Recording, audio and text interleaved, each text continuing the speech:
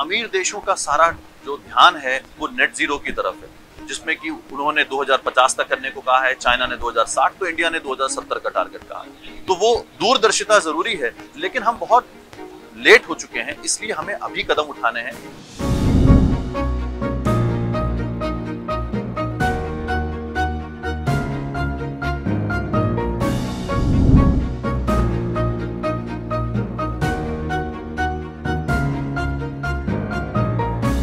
सभी लीडर्स ने आके यहाँ बोला है कि हमें अर्जेंट एक्शन लेना है, क्योंकि जिस तरह से तापमान बढ़ रहा है, जिस तरह से आपदाएं बढ़ रही हैं, बहुत ज़रूरी है कि हम इस तापमान को 1.5 डिग्री से ज़्यादा बढ़ने न दें। हम इस वक्त 1.1 degree global average temperature rise है और हम देख रहे हैं कि उससे ही इतनी तबाहियाँ हो रही हैं, बाढ़ आ रही है, साइक्लोन आ रहे हैं। तो कैसे हम अगर उस 1.5 डिग्री थ्रेशोल्ड जो कि साइंटिस्ट ने कहा है उसके बियॉन्ड अगर जाते हैं तो तबाहियाँ बहुत बढ़ जाएंगी। दूसरा बहुत ही इम्पॉर्टेंट पार्ट है कि फाइनेंस कैसे होगा, क्योंकि गरीब देशों को अगर क्लीन एनर्जी की तरफ जाना है, कोल ऑयल गैस छोड़ना है, तो बहुत ज़रूरी है कि उनको वो सहयोग मिले, क्योंकि ये जो आज क्लाइमेट चेंज हुआ है वो उनकी वजह से नहीं हुआ है। और तीसरा, जो आपदाएं ऑलरेडी लोगों के घर तबाह कर रही हैं, लोगों के रोजगार जा रहे हैं, उसके लिए उनको कैसे सहयोग दिया जाए वो बहुत महत्वपूर्ण है। और उस पर अभी बहुत ज़्यादा काम नहीं हुआ है, क्योंकि जो फाइनेंस मिलना चाहिए इस सिस्टम से उन लोगों को, उस पर बहुत ज़्यादा काम होने की ज़रूरत है।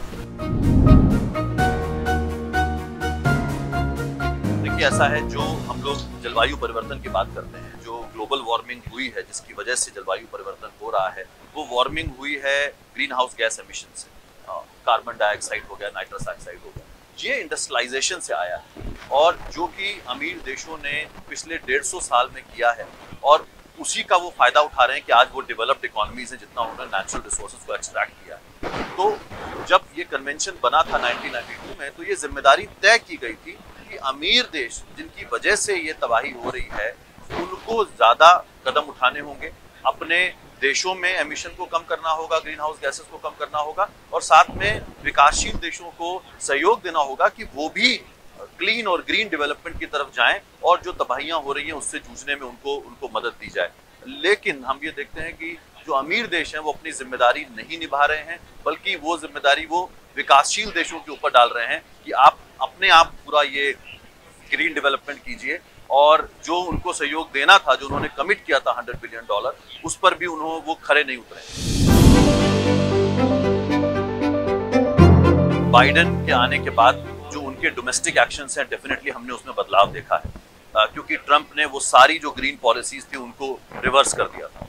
तो एक तो बाइडेन वहां पे ला रहे हैं और अपना जो एमिशन है कम करने की कोशिश कर रहे हैं, लेकिन जितना उनको करना चाहिए, जैसे कि हम यहाँ बोलते हैं, जो उनका फेयर शेयर है वो अभी भी फेयर शेयर नहीं कर रहे हैं, क्योंकि यूएस सबसे ज़्यादा जिसने एमिट किया है पिछले 150 सालों में, वो नंबर 1 पे आता है। अगर हम हिस्टोरिकल एमिशंस की बात करें, इस वक्त चाइना नंबर 1 पे है, बट जो क्लाइमेट चेंज हुआ है वो हिस्टोरिकल एमिशंस की वजह से हुआ है। इसलिए बहुत महत्वपूर्ण है कि यूएस अपना फेयर शेयर अपनाए, जिसकी वजह से जो उसकी जो जिम्मेदारी है वो पूरी हो, चाहे वो एमिशन रिडक्शन करना हो, चाहे वो फाइनेंस करना हो। तो कुछ कदम उठे हैं यूएस की तरफ से, लेकिन वो पर्याप्त नहीं है, और वो यूएस के फेयर शेयर को पूरा नहीं करते हैं।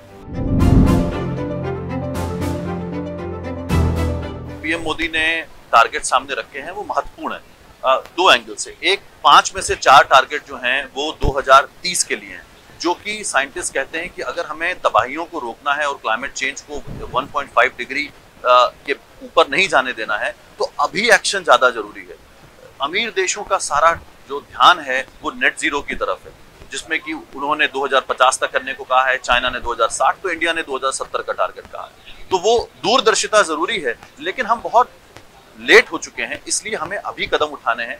तो जो 4 टारगेट हमारे अभी पीएम मोदी ने अनाउंस किए हैं, जिसमें कि हम रिन्यूएबल एनर्जी को बढ़ाएंगे, हम क्लीन एनर्जी की तरफ जाएंगे, हम फॉसिल फ्यूल का इस्तेमाल यानी कि कोल ऑयल गैस का इस्तेमाल कम करेंगे, वो कदम सराहनीय है। देखिए, फाइनेंस बहुत इंपॉर्टेंट है।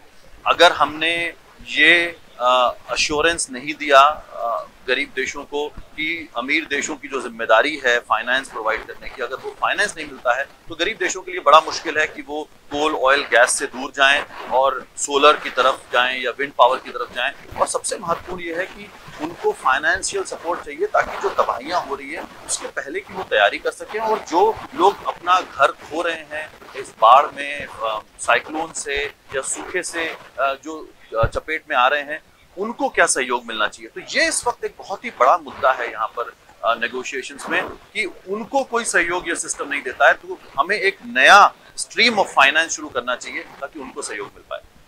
We are truthful, unafraid and independent because of you. Now you can help our reporting from the ground. Go to thequint.com, click Become a Member tab, choose a plan and pay. Because the truth is worth it.